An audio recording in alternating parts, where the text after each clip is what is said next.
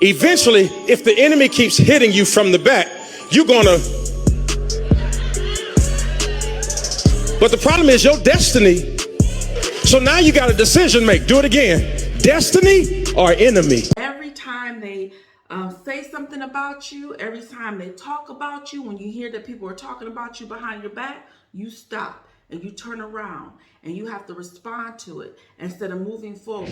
So what is the lessons learned? What did these professional women learn that them today would reach back and tell that 16-year-old so she wouldn't have to go through those things again? Let's get into it.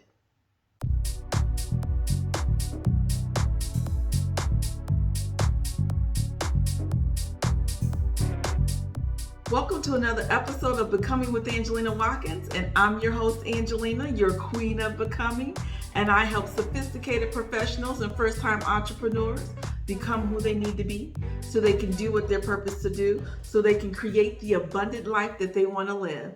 And on this podcast, we tackle topics dealing all the way from healing to prosperity and everything in between to help you and inform you so that you can become who you need to be, so you can live the life that you want to live. Now, if this is your first time tuning in, I do welcome you. Thank you for joining us. I hope that you enjoy this. And as always, I love it when you all participate. So don't forget to leave some comments and hit that subscribe button. Now, today we're going to continue with my anniversary celebration, y'all. Yay! It's been 1 year. And it's been an exciting year. And again, I made it. And some started with me and they didn't finish the course. But I am here and I'm going to continue on. And as part of this celebration, I want to share and I want to go back down memory lane and share some of the lessons learned that was shared over the past year from some sophisticated professionals, okay? Some ladies who are living out their calling, living their purpose. And I did some interviews where I was able to talk with them and they shared some great lessons learned. So we're going to get into that a little later. But before we do that, I want to start with my thought prompt of the day that comes from Pastor Keion of Lighthouse Church.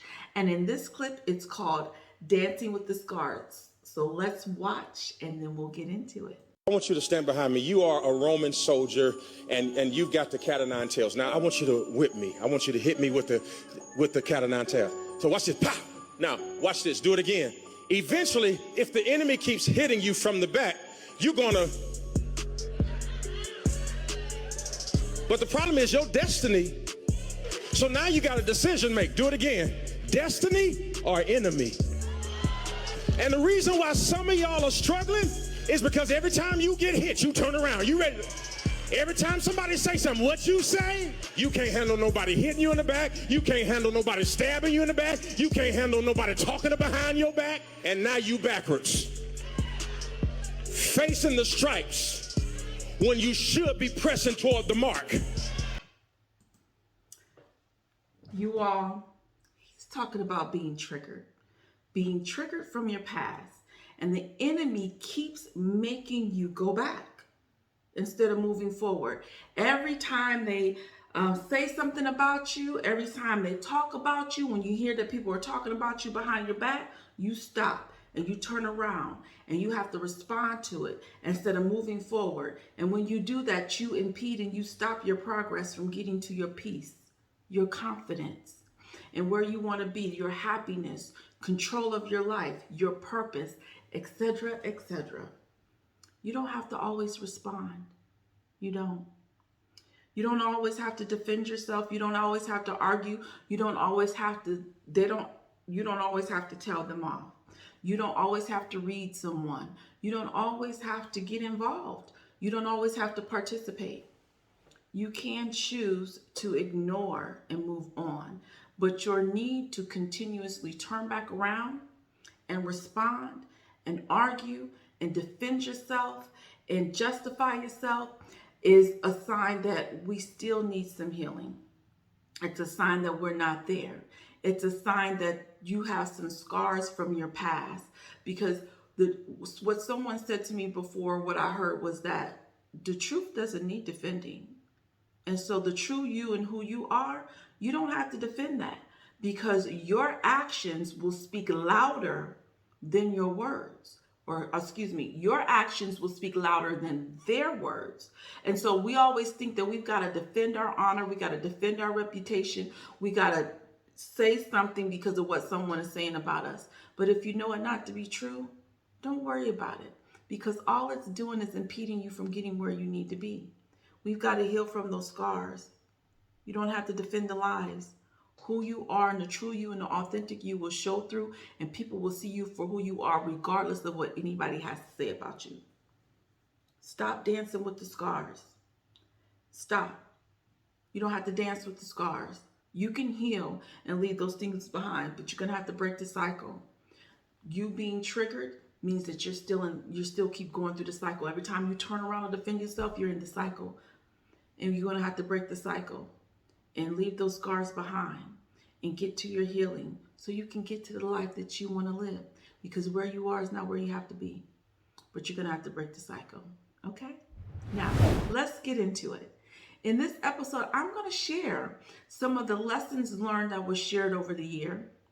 And what I did in some past interviews was I asked my guests, the you today, what did you learn, and what's your golden nugget that you learned, your lesson learned, that you would reach back and tell the 16-year-old you, okay? And they gave some really great lessons that if you missed it, I want to share these with you. So what is the lessons learned? What did these professional women learn that them today would reach back and tell that 16-year-old so she wouldn't have to go through those things again? Let's get into it. Don't let go of your weirdness. It's your greatness unrealized. Don't let go of, and don't let people tell you what you should like and what makes you happy. You know exactly what you like and what makes you happy. So just honor how you want to feel, and everything else will fall into place. I would have told myself to, it's not about the people. It's not about the people in the sense of pleasing them, but it's about being obedient unto God. Because I was in the church at that time as well. But I was, I'm 16, so I still want to do 16-year-old stuff. But to really just love Renee for who Renee is, and not try to be like somebody else. Be Renee.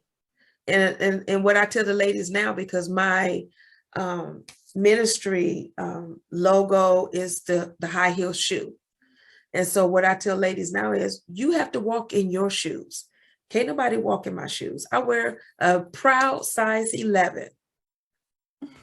And I tell the ladies, there's no way if you're in size 6, you can't do nothing with my shoes, and vice versa. So at 16, I was trying to walk in somebody else's shoes. I wasn't even loving who I was. So I would tell myself back then, girl, love who you are and walk in your own shoes. Man, I think I probably said it a number of times, but I would tell her, like, you are beautiful and you are worth it. Like, I mean, there is nothing else that is more important to know your value and your worth at 16. No matter what other people say, no matter what other people think, no matter what even lies you tell yourself, you go back to that thing like, I am beautiful and I am worth it. Over and over and over again until you believe it and your actions follow that belief and you walk around like you're beautiful and you're worth it. I would tell her that you are good enough. You were always good enough, and you will always be good enough. So don't forget that you are more than good enough. So just be you. I would tell her to live your life.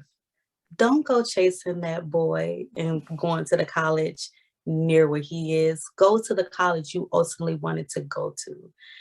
And I would say that you don't have to rush in love. Enjoy your life for a little bit. Really get to know who you are so that you can be good. You could be well when you get into your relationship. But yeah, don't go chasing after that boy. You should have went to Winston-Salem State, the college you wanted to go to. Tashima today would be like, have balance.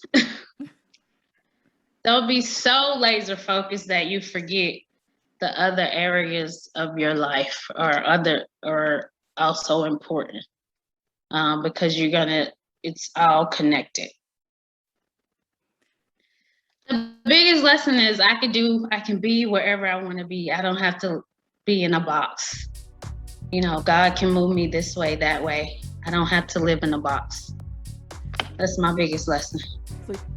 Those were just a few of the great lessons learned, and we'll just continue on to share those in future episodes. But this will do it for us today. Just remember, where you are is not where you have to be.